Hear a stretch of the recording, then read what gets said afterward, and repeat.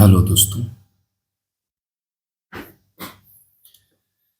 आपका मेरे channel education 2562 में स्वागत है। यह जो किताब आप देख रहे हैं, इस बुक को हम स्टडी करने वाले हैं। इस किताब में वन लाइनर अप्रोच यानी कि जो सामान्य ज्ञान जिसके प्रश्न वन लाइनर में से आने रहते हैं, उससे संबंधित तथ्यों को ध्यान में रख करके इस किताब को बनाया गया है। हालांकि इसके अंतर्गत भी एनसीईआरटी के पैटर्न पर आधारित इसकी विषय वस्तु को चुना गया है। जैसे इसमें इतिहास, जिसमें भारत और विश्व दोनों का इतिहास है, आजादी के बाद का भारत, भूगोल, भारत के राज्य, संविधान एवं राज्य व्यवस्था, अर्थव्यवस्था, सामान्य विज्ञान, पर्यावरण, कृषि एवं पशुपालन, प्राथमिक स्वास्थ्य एवं शरीर क्रिया, कंप्यूटर ज्ञान, कला, संस्कृति और नैनो टेक्नोलॉजी से जुड़ी जो बातें हैं इसमें बताई जाएंगी। इस किताब के अंतर्गत सभी विषयों से संबंधित प्रश्नों के एक महत्वपूर्ण पहलू को केवल इसमें दर्शाया गया है। तो आइए इसको हम शुरू करते हैं। वैसे भी जब बात विषय वस्तु की आती है तो परीक्षा के इस संग्रह के अंतर्गत हम हमेशा इतिहास की प्रश्नावली से शुरू करते हैं और इस पुस्तक का अध्ययन भी हम भारत के प्राचीन इतिहास को इतिहास से लेकर के शुरू करेंगे। दोस्तों, यहाँ पर लिखा हुआ है भारत का इतिहास। तो सबसे पहले हम भारतीय इतिहास को ही जानेंगे। भारत के इतिहास की अगर हम बात करें तो इसमें प्रागैतिहासिक काल, आद्य ऐतिहासिक या उत्तर पाषाण काल और ऐतिहासिक काल, इन तीन भागों में भारतीय इतिहास को बांटा गया है। प्रागैतिहासिक काल, आद्य ऐतिहासिक काल या उत्तर पाषाण काल भी जिसको कहते हैं। इसके बाद ऐतिहासिक काल, यहाँ दूसरा नंबर लिखा है लेकिन ये गलत प्रिंट है, यहाँ तीसरा होना चाहिए। तो इन तीन हिस्सों में भारतीय इतिहास को अध्ययन की दृष्टि से बांटा गया है, जिसके द्वारा हम इसका अध्ययन करेंगे। बात अगर प्रागैतिहासिक काल की करते हैं तो प्रागैतिहासिक काल को तीन भागों में बांटा गया है, जिसमें पहला पूरा पाषाण काल और इसका समय अज्ञात काल से लेकर 8000 ईस्वी तक माना गया है। मध्य पाषाण काल, तो मध्य पाषाण काल जो है इसे 8000 ईसा पूर्व से लेकर के 4000 ईसा पूर्व तक माना गया है। नवपाषाण काल को 4000 ईसा पूर्व से लेकर 2500 ईसा पूर्व तक के समय को माना गया है। तो इसमें पूरा पाषाण काल, मध्य पाषाण काल और नवपाषाण काल, यह प्रागैतिहासिक काल के विवरण है। अब आगे चलते हैं और हम देखते हैं आद्य ऐतिहासिक काल के विवरण को। आद्य ऐतिहासिक काल को दो भागों में इसमें डिवाइड कर दिया गया है, यानी कि बांट दिया गया है। आद्य ऐतिहासिक काल के अंतर्गत सिंधु घाटी की सभ्यता जो 2500 ईसा पूर्व से 1500 ईसा पूर्व तक रही थी, और वैदिक सभ्यता जो 1500 ईसा पूर्व से 600 ईसा पूर्व तक रही थी। आद्य ऐतिहासिक काल को इन दो भागों में इसे बांटा जाता है।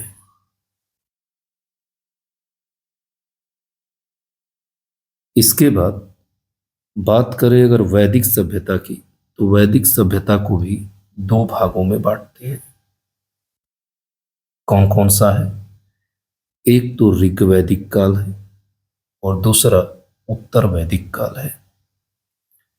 ऋग्वैदिक काल का जो समय है वह 1500 ईसा पूर्व से लेकर 1000 ईसा पूर्व तक है, और उत्तर वैदिक काल का जो समय है वह 1000 ईसा पूर्व से 600 ईसा पूर्व के बीच निहित है।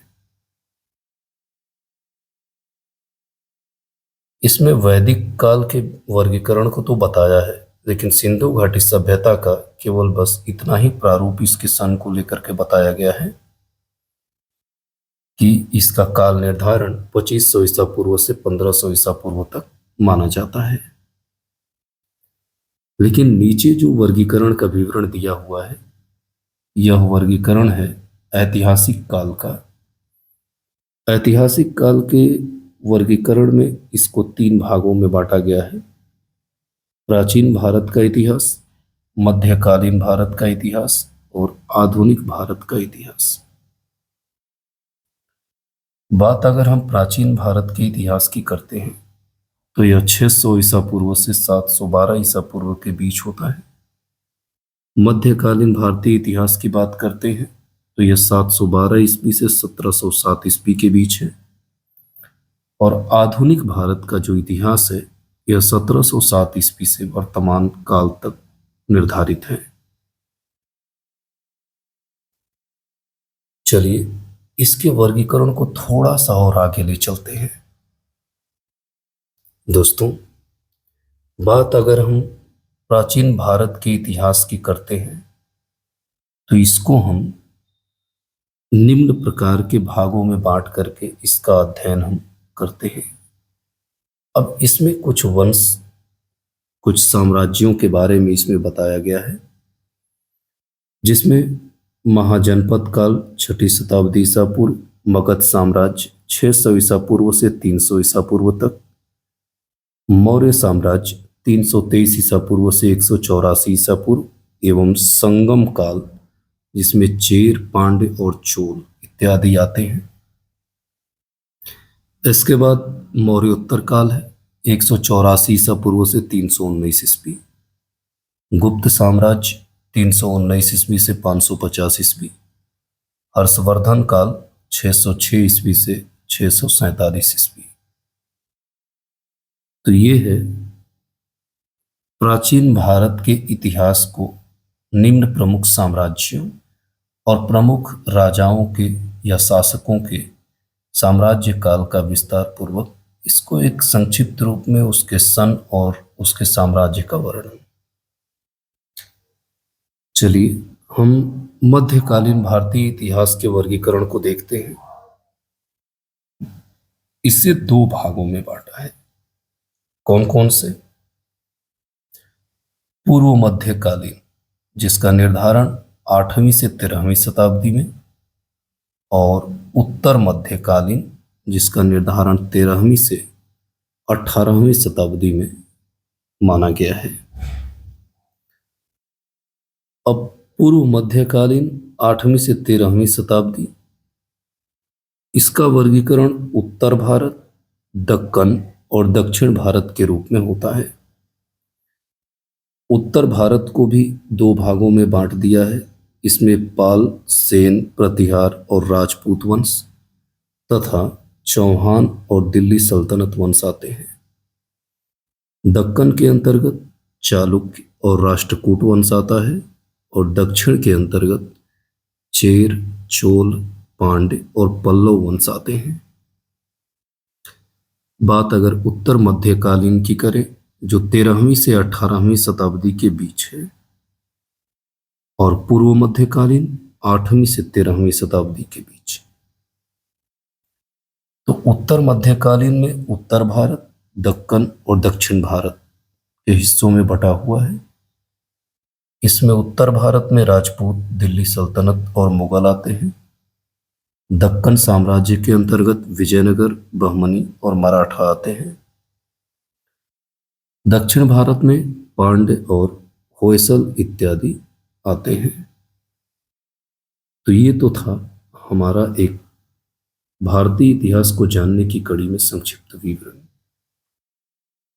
हम आगे चलते हैं और देखते हैं कि इस पुस्तक में आगे क्या निहित है। दोस्तों, जो हमारी अगली हेडलाइन है वह है, इसमें भारतीय इतिहास की महत्वपूर्ण तिथियों के बारे में वर्णन किया गया है। दोस्तों, इस पुस्तक के अंतर्गत लाल रंग के अक्षरों का प्रयोग करने की वजह से हो सकता हो कि इसमें चीज़ें थोड़ा कम नजर आएं, लेकिन अगर आप वीडियो की क्वालिटी और वेरिएशंस बढ़ा करके अगर स्टडी करते हैं तो यकीनन एक एक वर्ड आपको समझ में आएगा। इसमें जो भारतीय इतिहास की महत्वपूर्ण तिथियों के बारे में इसने बताया है, यह ईसा पूर्व को हम बीसी लिखते हैं, यानी कि वह समय जो जीसस क्राइस्ट के पहले का समय है। तो ईसा पूर्व के पहले की जो चीजें हैं वह कब कब घटित हुई है और जो वर्ष है वह किससे संबंधित है, इसमें एक संक्षिप्त विवरण इसका दिया हुआ है। तो आइए इसको हम जानते हैं। 600 ईसा पूर्व में मेहरगढ़ अब लहुकदेव हो गया है और बुर्जहोम में भारत के प्राचीनतम कृषि एवं पशुपालन अवशेष मिले हैं। दोस्तों, इस तथ्य को ध्यान दीजिएगा, जो ये कहा है कि मेहरगढ़ जो अब लहुकदेव हो गया है, इसमें एक प्रश्न बनता है कि भारत के प्राचीनतम कृषि का प्रमाण जो है कहाँ से मिलता है। तो वह प्रमाण मेहरगढ़ से मिलता है, लेकिन अब वह स्थान लहुकदेव हो गया है। क्यों? क्योंकि वहां से करीब 9000 ईसा पूर्व का चावल के साक्ष्य प्राप्त हुए हैं। हम आगे बढ़ते हैं। 5000 से 4000 ईसा पूर्व में क्या था? बागोर तथा आदमगढ़ के निकट भेड़ बकरी पालन का प्रथम अवशेष प्राप्त हुआ था। नेक्स्ट, 4000 से 3000 ईसा पूर्व के बीच क्या हुआ? कृषक एवं पशुपालक सभ्यताएं जो समाज में जन्मी, उसका विवरण मिलता है। अगला है 2350 से 1750 ईसा पूर्व में रेडियो कार्बन तिथि निर्धारण के आधार पर हड़प्पा सभ्यता का समय विस्तार का पता चलता है। आगे दिया हुआ है 1500 ईसा पूर्व का समय क्या था? ऋग वैदिक काल, भारत में आर्यों का आगमन। 1000 ईसा पूर्व में उत्तर वैदिक काल, आर्यों का पूर्वी गंगा मैदान में विस्तार। 950 ईसा पूर्व में महाभारत युद्ध। एनसीईआरटी रामशरण शर्मा के अनुसार 5000 ईसा पूर्व, यानी कि एनसीईआरटी के अनुसार जो महाभारत युद्ध था वह 5000 ईसा पूर्व हुआ था, और कुछ लोगों का, विद्वानों का मानना है कि यह 950 ईसा पूर्व में हुआ था। आगे बढ़ते हैं। 850 ईसा पूर्व में 23वें तीर्थंकर पार्श्वनाथ के जन्म का परंपरागत वर्ष। 600 से 550 ईसा पूर्व में 16 महाजनपदों का उदय, उपनिषदों की रचना, आर्यों का दक्षिण विस्तार। 540 ईसा पूर्व में जैन धर्म के संस्थापक वर्धमान महावीर का जन्म हुआ था। नेक्स्ट है 540 से 468 ईसा पूर्व में जैन धर्म के वास्तविक संस्थापक जो 24वें तीर्थंकर वर्धमान महावीर का जीवन काल मिलता है। 563 ईसा पूर्व में बौद्ध धर्म के संस्थापक महात्मा बुद्ध का जन्म। 563 से 483 ईसा पूर्व में बौद्ध धर्म के संस्थापक गौतम बुद्ध का जीवन काल निर्धारण है। कब से?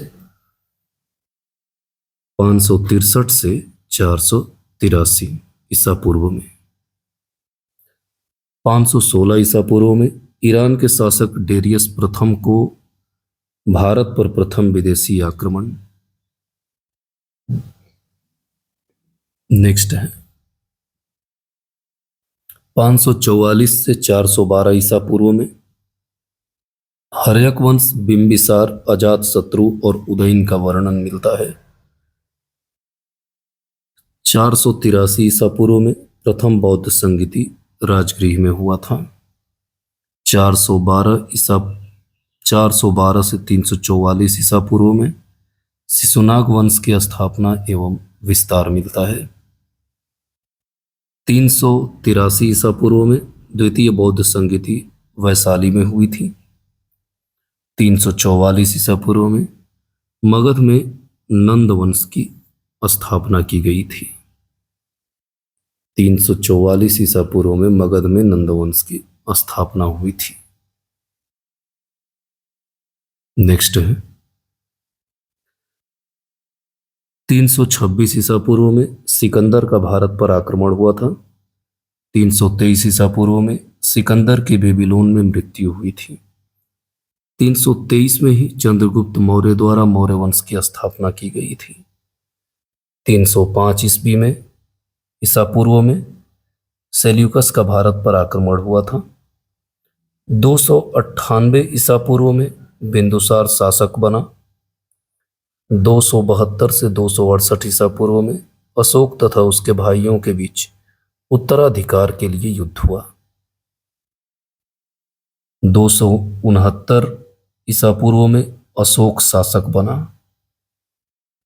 268 से 232 ईसा पूर्व में अशोक का शासनकाल और 261 में महान कलिंग युद्ध हुआ और इसी युद्ध के बाद अशोक ने बौद्ध धर्म को अपना लिया और धर्म का मार्ग चुन लिया, युद्ध की नीति को छोड़ करके। 257 ईसा पूर्व में उपगुप्त द्वारा अशोक बौद्ध धर्म में दीक्षित हुआ। 251 ईसा पूर्व में तृतीय बौद्ध संगीति हुई। 232 ईसा पूर्व में अशोक की मृत्यु और कुणाल शासक बना।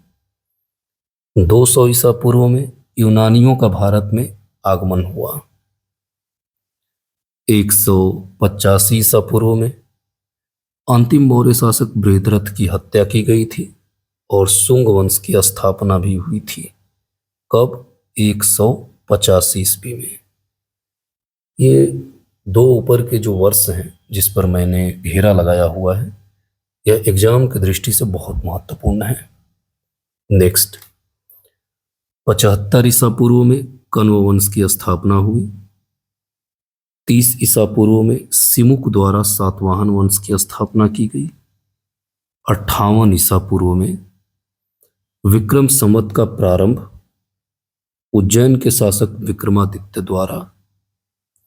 इसके बाद शकों पर विजय के उपलक्ष्य में 58 ईसा पूर्व से एक नया संवत विक्रम संवत के नाम से शुरू हुआ और ईसा पूर्व की कड़ी में इस किताब में जो ईसा पूर्व का आखिरी वर्ष है 22 ईसा पूर्व, इसमें चोल एवं पांड्यों का रोम से व्यापारिक संबंध स्थापित हुआ जिसका वर्णन 22 ईसा पूर्व से संबंधित है। अब अगली कड़ी के अंतर्गत यहां तक तो ईसा पूर्व से संबंधित चीजें थी जो अभी तक होती आ रही थी, जिसको हमने जाना है। आगे जिस अध्ययन को हम लोग सीखेंगे इसमें है ईसवी वर्ष, जिसे एडी या एनो डोमिनी के नाम से जानते हैं, यानी कि after the death of Jesus Christ, यानी कि वह समय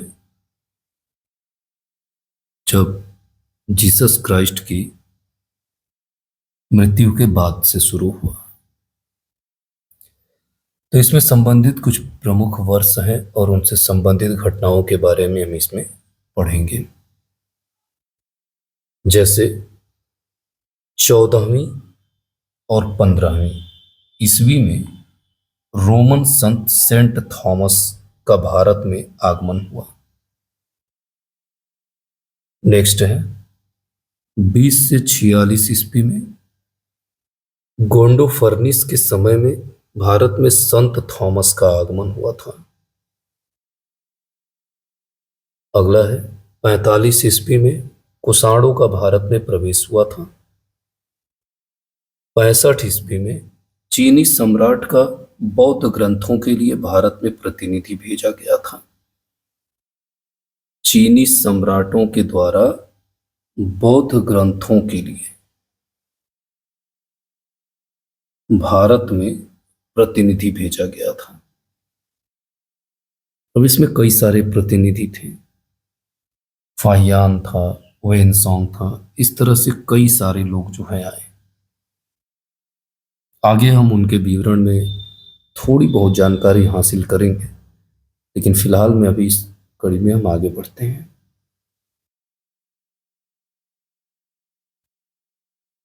अगला है कि 77 ईस्वी में क्या हुआ था, प्लिनी की पुस्तक नेचुरल हिस्ट्री प्रिंट हुई थी। 78 ईस्वी में मतलब नेचुरल हिस्ट्री लिखी गई थी प्लिनी के द्वारा। 78 ईस्वी में कनिष्क द्वारा शक संवत का प्रारंभ, जिसे भारत सरकार द्वारा प्रयोग में लाया जाता है। 78 से 100 ईस्वी में कनिष्क का काल है, और 86 से 128 ईस्वी के बीच गौतमी पुत्र सातकर्णी तथा वशिष्ठ पुत्र पुलुमावी के अधीन सातवाहनों का पुनरुत्थान।